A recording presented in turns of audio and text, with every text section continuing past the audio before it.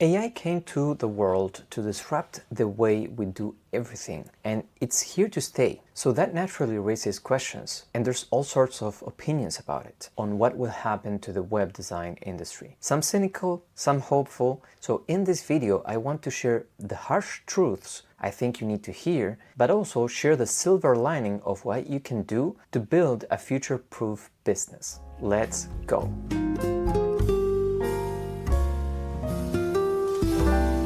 Hello my friend, if you're new to the channel, welcome. My name is Adrian Somoza, former lead designer at Media.Monks, and I focus on helping talented freelance web designers grow their businesses to be financially peaceful and creatively challenging. Now, if you want a proven plan to build a future-proof business that can scale to 6 figures, then check out the link below or comment plan below, and I'll share with you my 6-figure web design business plan worksheet. So here's a quick context. I'm making this video because I saw a post from a designer who's pretty well known in the industry. It was one of those harsh truths for designers posts, very cynical, very intense, and then one of my community members shared it inside the group and asked a super honest question like, Adrian, what do you think? Am I missing something? Is this where things are going? And the thread that followed was very interesting. Some felt motivated, some felt annoyed, someone even joked, does this guy need a hug? But some honestly also felt a little bit of fear from reading that post. And honestly, I totally get it. When someone with a long career speaks with confidence, it can feel like they're more in the know. And even though you might not buy into the cynicism, you might inadvertently start doubting yourself. So let's talk about this properly. I want to share with you the harsh truths, yes, because you need to hear them, but also I want to leave you with things that you can do to future-proof your business, okay? Now, here's harsh truth number 1. Web design is not forever. Decades ago, web design didn't exist. Think about it. Before that, there was print. And I'm sure that many designers, I know people like that, who thought they were going to do print for their whole life. Then the medium changed, right? And now we shape pixels on screen in no time. We test, we iterate, we publish instantly. The medium changed dramatically. The technology changed dramatically. And you know what? Some print designers resisted the change and got left behind. And some adapted and learned the new medium. Honestly, the medium in which businesses communicate will probably change again in the future. Maybe the next thing is a new medium we don't know yet. Maybe more home appliances start having interfaces that we start interacting with, right? And we stop using our normal, desktop or mobile phones. Or maybe we start using glasses more. Here's the point. The medium always evolves. In 10 or 20 years, we don't really know what the designer job will look like, right? Now it's web design. Tomorrow it can be something different. So if you identify as a web designer and I do websites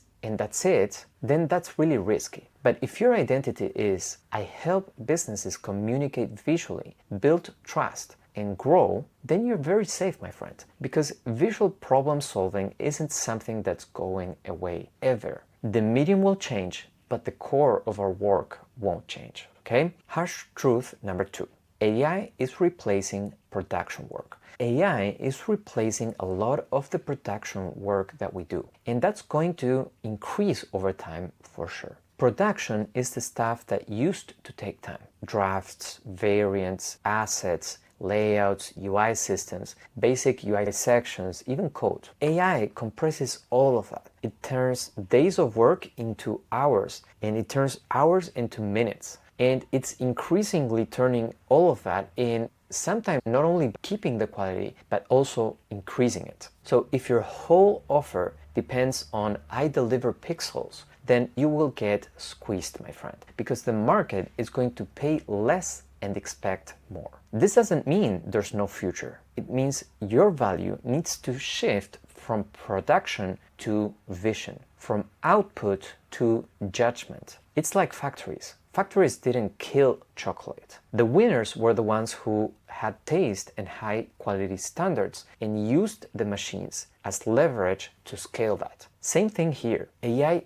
cannot replace human connection. It can replace tasks, but it can't replace trust. It can't replace emotional safety. It can't replace the feeling that someone has your back and knows what they are doing. It can't replace validating other people's emotions and making them feel seen. You might use ChatGPT to self-diagnose something small, but if you have a serious health problem, you will go to the doctor. Why? Trust, responsibility, experience, human connection. That layer has never been replaced in the history of humanity. Technologies change what we do, yes, but relationships never get automated. So my recommendation is, don't build your business on tools and skills. Build it on principles, fundamentals, and soft skills, right? Something that cannot be replaced by AI. Fundamentals include typography, composition, UX thinking, animations, interactions, etc.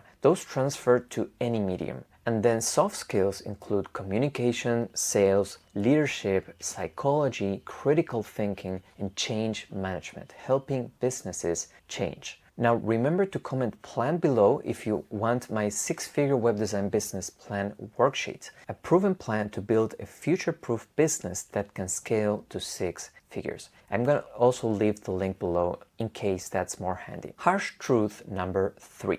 AI is raising the quality bar. The quality bar is raising fast. I've seen AI websites that look better than what a junior designer can make, and that's real today. And the volume of designs being published on the internet has increased so much that sometimes it might feel like nobody cares about your designs or what you're creating anymore. And because AI can generate decent looking stuff, good enough is not impressive anymore. The market is flooded with decent design nowadays.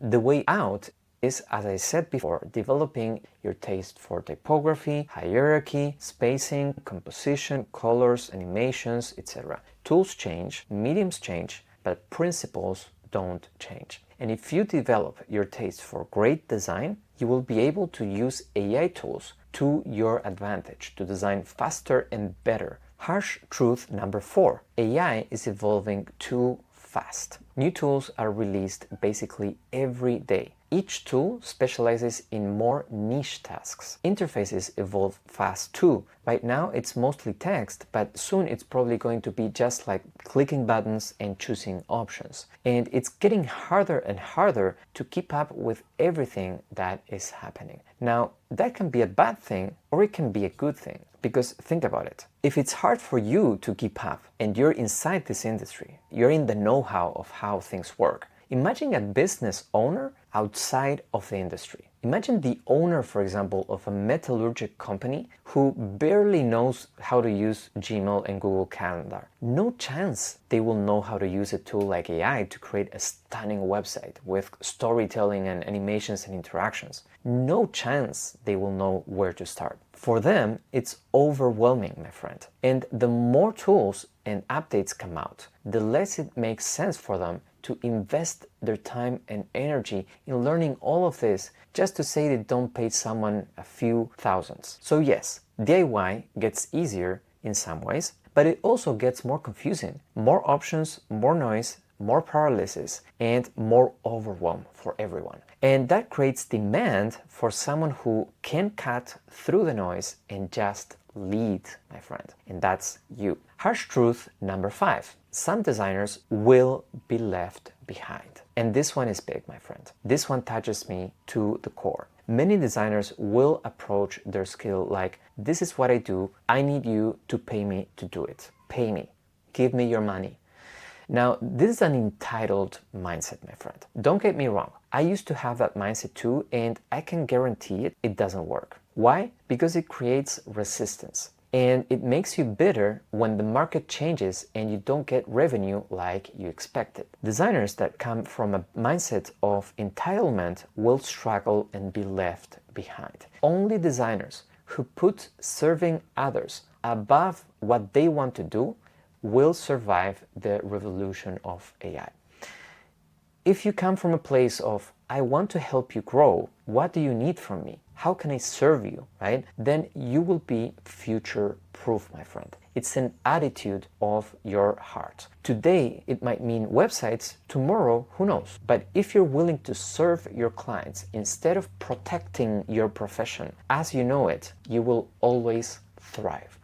This is why I love that leadership principle. Those who want to lead have to first serve. This was said by Jesus. Now, you don't have to believe in Jesus, right? But you gotta admit, he was a great leader. Like, we're talking about him today. So this was one thing that he said. If you want to lead, you have to first serve. And you know what? You don't lead by being above people. You lead by being willing to humble yourself and do what helps them win. Here's a quote by Zig Ziglar.